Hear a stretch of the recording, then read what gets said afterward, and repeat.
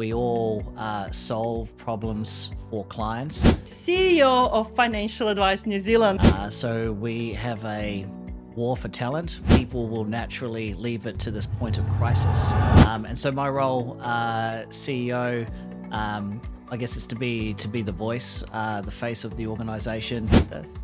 Nick, I think you're onto something really cool here. Hello and welcome to Nick Hakes, the CEO of Financial Advice New Zealand. Hello, Nick. Good morning, Zebaduso. Thank you so much for coming down all the way from Auckland. Yes. I appreciate you so much. This is unbelievable to have the legend in my office. Well, not quite, but I'm glad to be here. It's good. Thank you. And let's talk a little bit today about Financial Advice New Zealand. What does it mean for normal people and where your vision is? Because you're a new guy on the block, aren't you? I'm the new kid on the block, Yeah. I don't know if you can still claim that, though. How long has it been for you in this role? We're coming up to a year, I think 10 or 11 months, so I'll push it out for as long as I possibly can.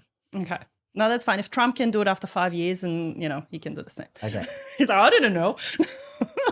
Well, let's not use that analogy too much, but No. I can be the new kid. No, you are the new kid, Nick. And over the last 11 months, it's been absolute pleasure getting to know you through various interactions that we've been having. And it seems they are increasing more and more. So Financial Advice New Zealand, what is it? We are the professional body for financial advisors. That's what we are. Okay. About 5-6 years ago, there were a number of industry bodies across the financial advice sector. Lots of leadership at the time because those tribes came together of financial planners, mortgage advisors, life insurance advisors, and they formed Financial Advice New Zealand with the purpose of being the professional body, the authentic voice of advice to government, regulators, media, industry. And so 6 years on, here we are, going strong. And so, yes, I'm nearly 1 year into the role and super excited about the future. That's awesome. What's your background, Nick? Where did you come from? Where do I come from? Grew up in Christchurch, Auckland, like a lot of Kiwis. Had my OE. I didn't realize at the time it was going to be a one-way ticket for many years.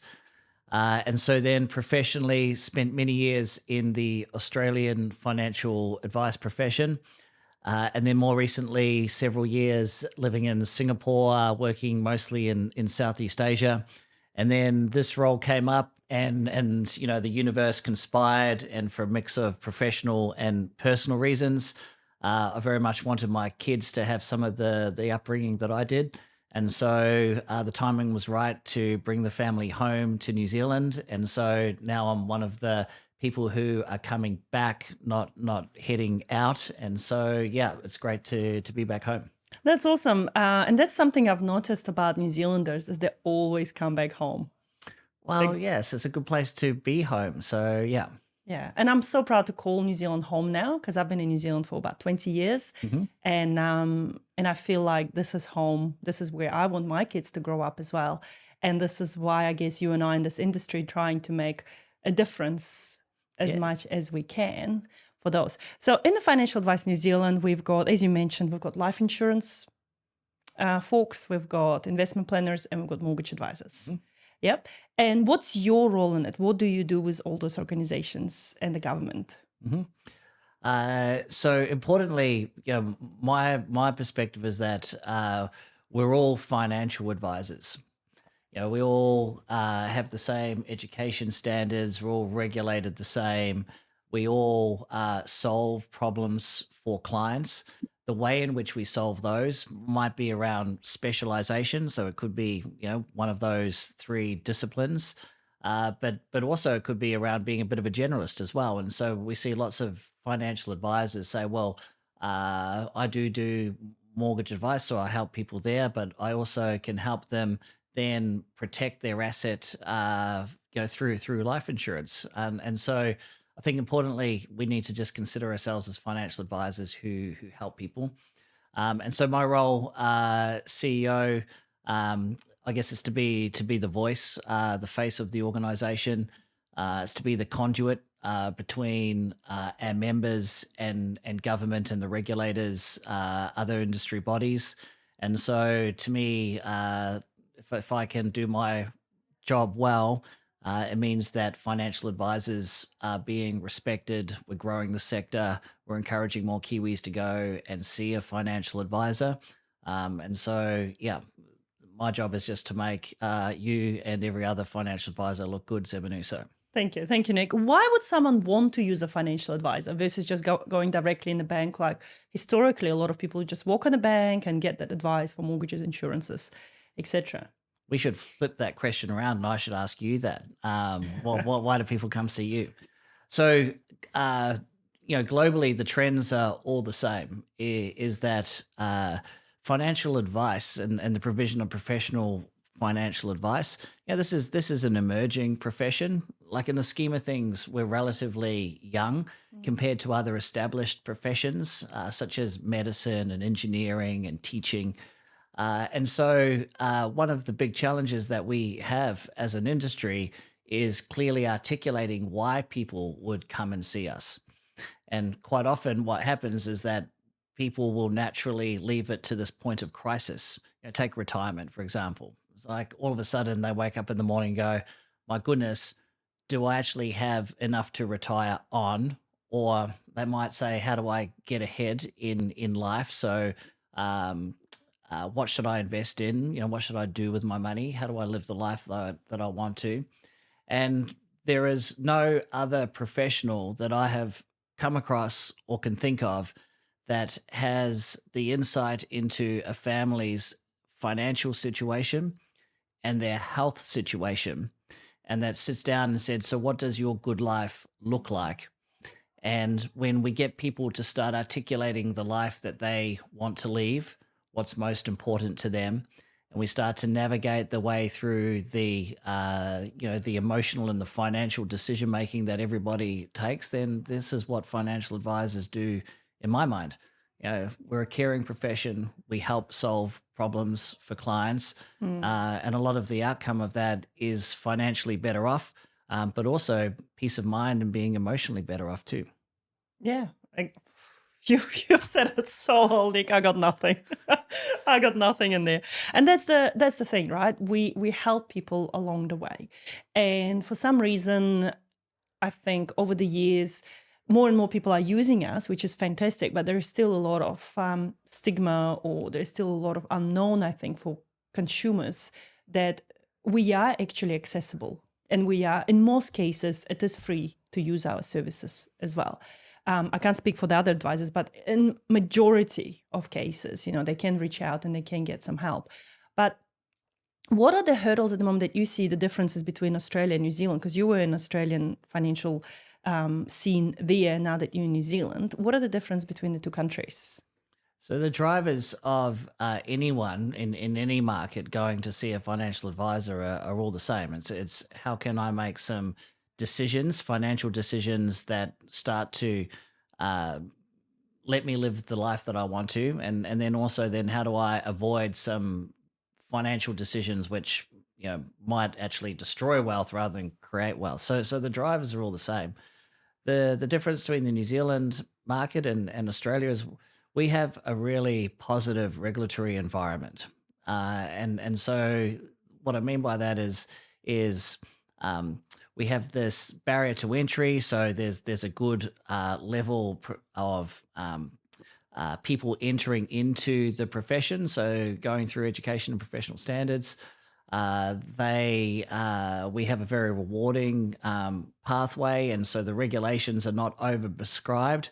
And so what that means is that if we compare to some other markets, layers and layers of complexity, layers and layers of documentation actually takes people away from actually why they're sitting in front of an advisor and they're getting given 100-page documents which are not in easy to understand language. Mm.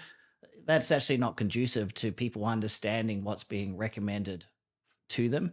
And so we have a more simply structured environment, which means that when people sit down with a well qualified professional advisor, the advice that is offered can be easily understood, and it's not sometimes buried in 100-page documents. Yeah, just for the tick box for the Yeah, regulators. so that's a big difference, and so we have what's called here a principles-based regime, which actually means that the advisor client conversation can be removed with lots of onerous over documentation, for example. So simplification doesn't mean that it's any less regulated.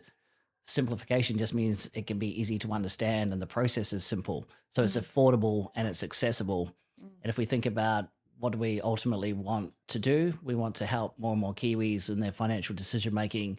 And so having an environment that is affordable and accessible is really conducive to people getting great advice. Yeah, no, that's fantastic. So, in terms of people coming onto the scene now as financial advisors, do you think more people coming or more people leaving? What are you seeing at the moment through you being where you are and giving and having the data? Yeah, the financial advisors who are currently in the industry match pretty much the demographic shape of New Zealand, and so there's lots of people who are heading towards retirement, and so we need to think about where does the next generation of advisors come from. Mm, And what's interesting with this is that if we go back a number of decades, the way in which people come into professional services is different today. More and more people go to university, for example, than what's happening, 50 years ago. And so, as we build awareness of financial advice, we need to think about how do we attract the next generation. So we have a war for talent, just like every other industry. So how do we attract the very best and brightest people to say, this is what a rewarding career to be a financial advisor. That's what I want to be when I grow up. yeah, and it's a big task for you to overcome because, as you say, it's relatively a new industry to be in, Um, relatively new Yeah, but profession. it's not just all up to me. It's a team effort. So Okay, like Nick. we're all in this together. Yeah, But people see it's a really rewarding career, and it is about yeah. helping people. And so, as an industry, and Financial Advice New Zealand does play a big role here, is that we need to articulate why people would want to enter Mm. into the profession, and we need to create the pathways. And then we also need to shine a light on all the really good stuff that happens so people see that and they go, gee, I think I'd be, this is something I'd want to do.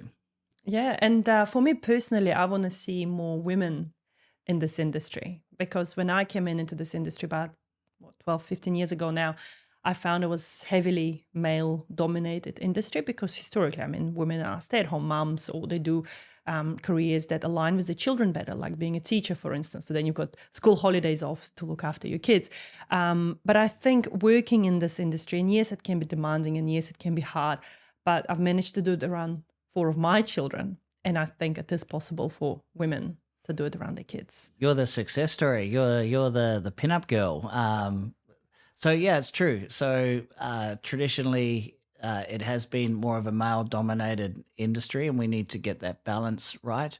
But what's interesting, you go to markets in Asia, and it's the other way around. And Really? yeah, and so it because of that flexibility, you can go into industry events and it's dominated by women. So it's around the other way. And a lot of the leaders of institutions and really influential people at a industry level also happen to be women. So the story doesn't actually have to play out the same.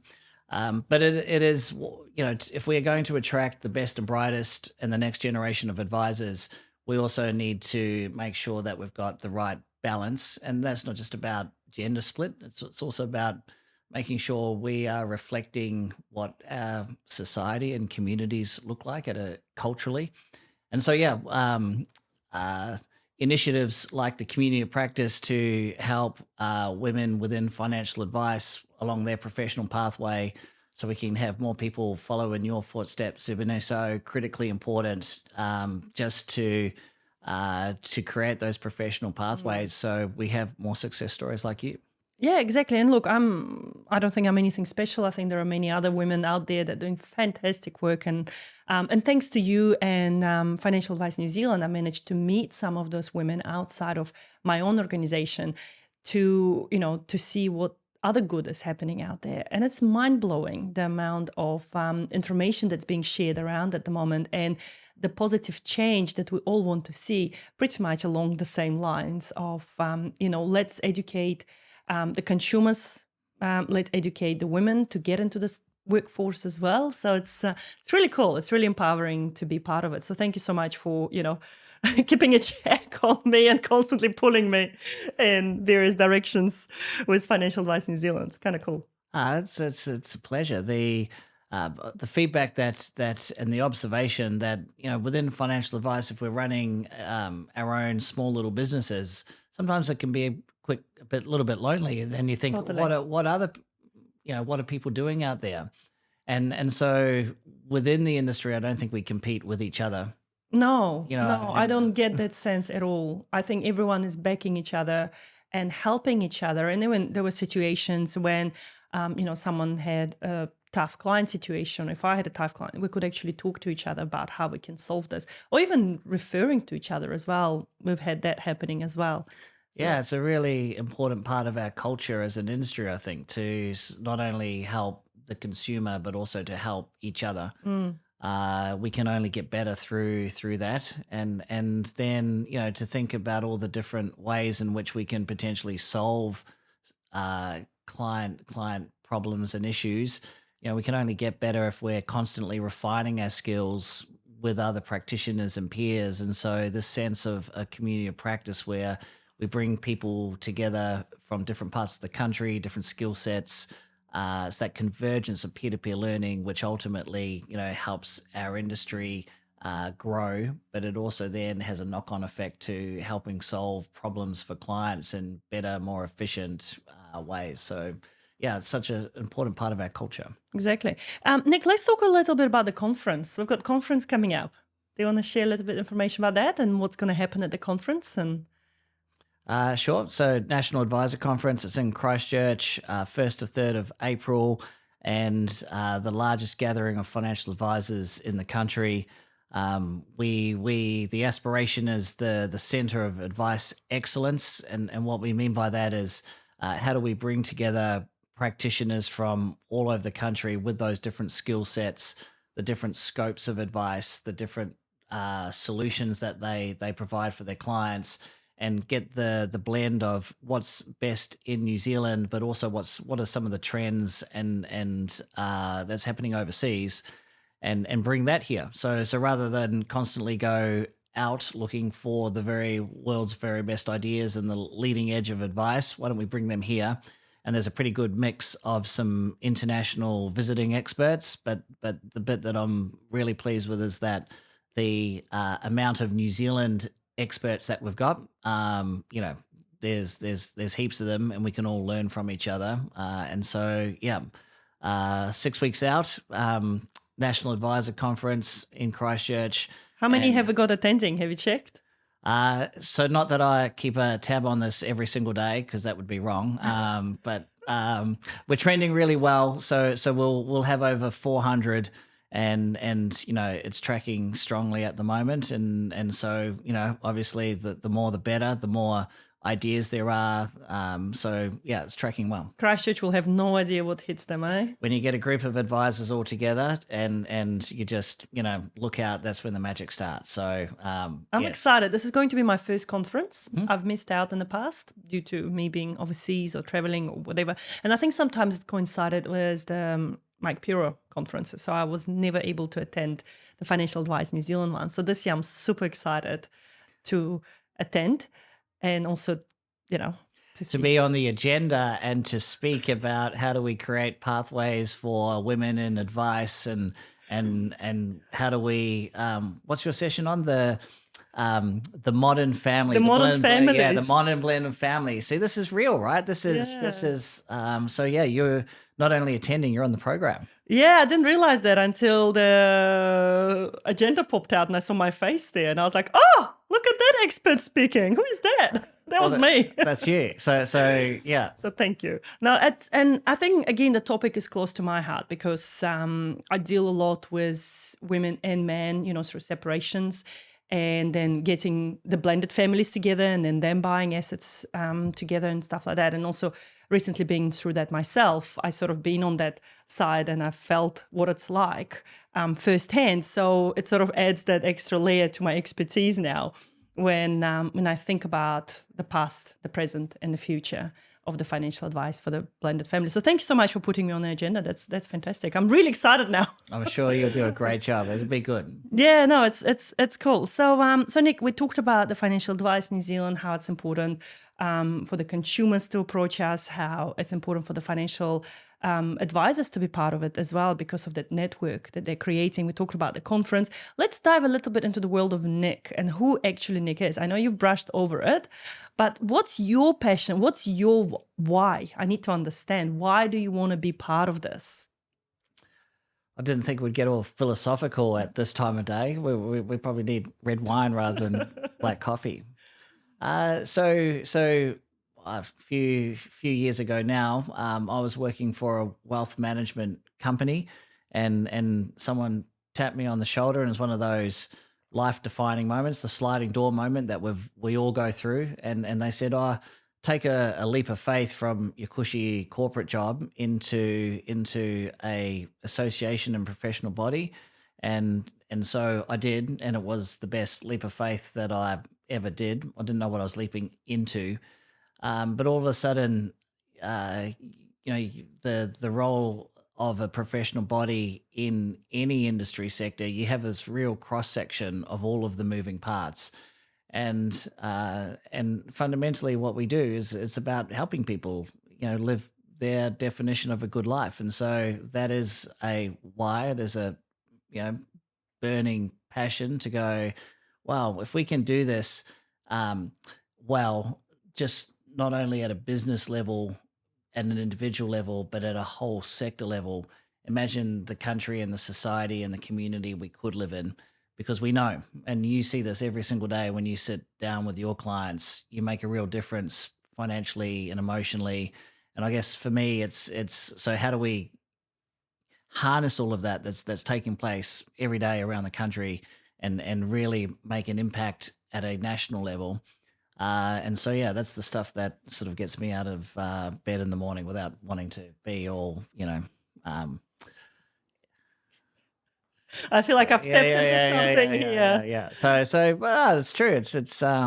We what we do is really really important for families and Yeah. people, and so if we can collate that and we can do that on a grander national scale, then that moves the dial. My phrase always used to be through the years is if you want to see the change, be the change. Because I feel like, we could all sit on the couch and argue about how the world is unfair or how this should be done better. But unless you actually go and try to do it yourself, you don't know. Yeah, it's So I that's admire you for taking that leap of faith without even knowing what you were leaping into. yeah, well, it goes back to the conversation about the next generation of advisors is that we want more people to choose the career rather than sometimes fall into it by accident. And I know I fell into it by accident, and it was one of the best mistakes I've ever made. Immensely rewarding, and to be able to have done that, on the international stage and collect a few battle scars along the way, and now come back to New Zealand to start implementing that change or being part of the change. Yeah, it's immensely rewarding. That's really cool. And especially like just if I go back to what you mentioned in Asia, how you had more females now leading the scene, which is really cool. So you've seen that happen, you see it works. So now we just need to convince New Zealand that, hey, it is possible, it does work, let's make things happen. And that would be across multiple other things that I'm sure you would have seen what works well, what doesn't work well, and learn from those mistakes. And I think that's the advantage of New Zealand in a way. Yeah, I mean we have a smaller country, and so it's very collegiate. It's less adversarial than some other you know larger countries, and so that being smaller means that we can maybe get things done quicker, Mm. and with less sort of uh, adversary, and then to look at other markets specifically around financial advice, and understand what has worked, but critically important, what has not worked, or had unintended consequences. And so I think that eyes wide open is, yeah, we can navigate our way through some of the pitfalls and some of the unintended consequences where regulation hasn't always ended up like it had intended. And yeah, and big learnings from Singapore specifically is what they do really well is this alignment between a government policy, the industry engagement, regulation, and importantly, then skilling up and investing in the people. Mm. I think we've got the ability to get harness those things here in New Zealand.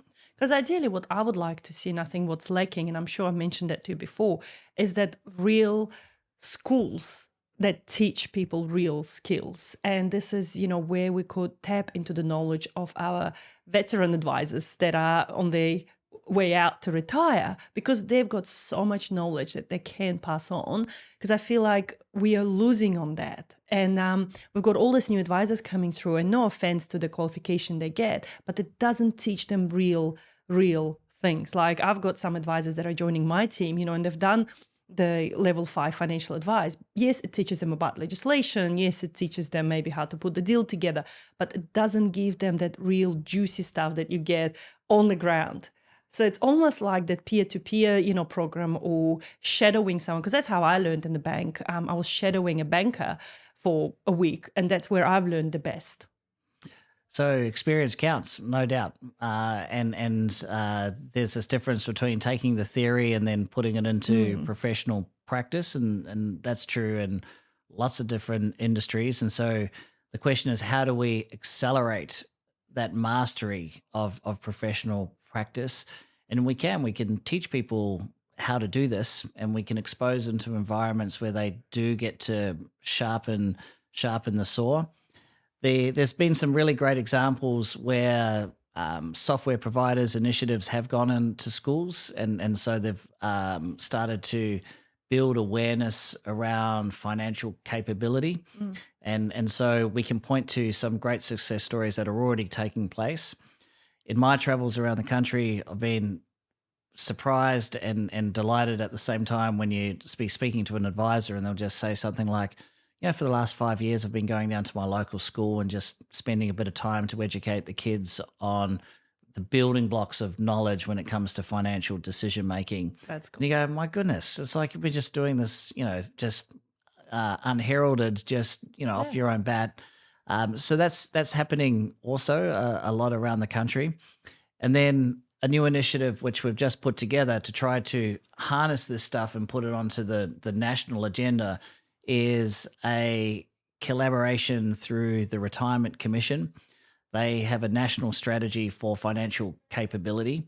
And so that is to go and raise the um, knowledge, the decision making, to so people can make more informed decisions. And so this new initiative, which we will lead and enable and support and collaborate across the industry with, is called the value of professional advice through life's defining moments. And to your point, Zebanuso, what it recognizes is that we all participate in financial decision making. We do. So what level of financial capability do we have from the very start? And we can point to a whole heap of research that says if we get into schools, if we do it young, Hmm. then people will be more informed, and the more informed they are, then the more engaged they are in their financial decision making. And actually that's a really good trigger to then go and see a professional financial advisor, because they go, my goodness, why would I be making this decision without some sort of expert help, or some coaching around me to guide me through the process? And so, yeah, we're really looking forward to this initiative. It's a long term consumer focused initiative, which we're going to do with the Retirement Commission. And it's not so much about people who are in retirement today. Actually, it's about going back multiple years to people who are just starting out on their financial journey. So they're in schools, they're leaving schools, they're getting started. And how do we harness all of the expertise that exists in our industry to promote financial capability, encourage people to go see financial advisors. I love this. Nick, I think you're onto something really cool here. Team effort, team effort. Team effort. Yeah, there is no I in team, right? Yeah. Now, and that's important, because I find like if I only knew things that I know now, or even a fraction of it when I was back 16 or 17, because I didn't get any financial education at that age. I mean, I finished high school here in New Zealand. There wasn't really much. Yes, I did economics. Yes, I did some math, but there wasn't really much about what to do with your money, how to invest your money, how to save your money. It was just nothing. Nobody really talked about it. And my family didn't teach me about that. So I got part-time jobs. I spent all my money. I didn't really invest. So it was until later down the track. And I'm not sure if you know about this, actually. I talk about this one a lot. Te Wananga Aotearoa, they've got the certificate of money management course. Amazing. It was the best thing I could have ever done. And that's the one that actually set me on the path of financial education and understanding the value of being educated around money and what to do with money. That's great. I mean, there's an example of an awareness. So you did the certificate, and all of a sudden, the eyes pop open. You go, my goodness, I could do this. And so not only did it help with the financial decision making, but also influenced your career choice by the sounds of it. Yeah, it was. It was around the same time as I started working at the bank as well. So it sort of coincided really well. But what made the difference, the guy that was teaching it, he was actually an investor himself. So he wasn't even a lecturer. And he was teaching based on his own values and principles and beliefs and his knowledge. And I'm trying hard to track him down now. So I really want to find him and say thank you, because 15 years ago, he absolutely changed my life. Oh, that's amazing. So it's really cool. Yeah, and so I think the journey that we're on for the financial advice profession is that we are putting a body of knowledge. So when people choose to become an advisor, there's minimum barriers to entry. There's a standard that they need to achieve, and then there's a professional pathway that said this is what it means to around professional obligations and standards to be an advisor. And here's this body of knowledge that sits behind it. But if we can take some of this theory and expertise, and then we can also articulate it and coach people into building an awareness of the decisions they need to make, then as they grow up, they're going to want to go and work with financial advisors, and ultimately they'll then be in a better situation financially and emotionally. No, that's awesome, Nick. Do you think any of your kids will end up in financial advice? Oh, well, I wouldn't have a problem if others. It'd be great. Yeah, because then they could look after me. I love this. Any parting words of wisdom? I'm not sure I've got words of wisdom. Just this has been an enjoyable chat. This is part of the awareness as well. How do we communicate this stuff into a broader audience? And yeah, I mean, as an industry, I think we're in a good place. We're on this trajectory, which is positive and it's forward looking. And so if we think about the demand for quality financial advice out there, it's continually how do we encourage more people to sit down with you, Zeb and Urso, with others all around the country, because we know that once that happens, then people truly get the understanding and go, oh my goodness, why didn't I do this years earlier? And we set them on the right path. So we just need to not lose sight of, of why we do what we do.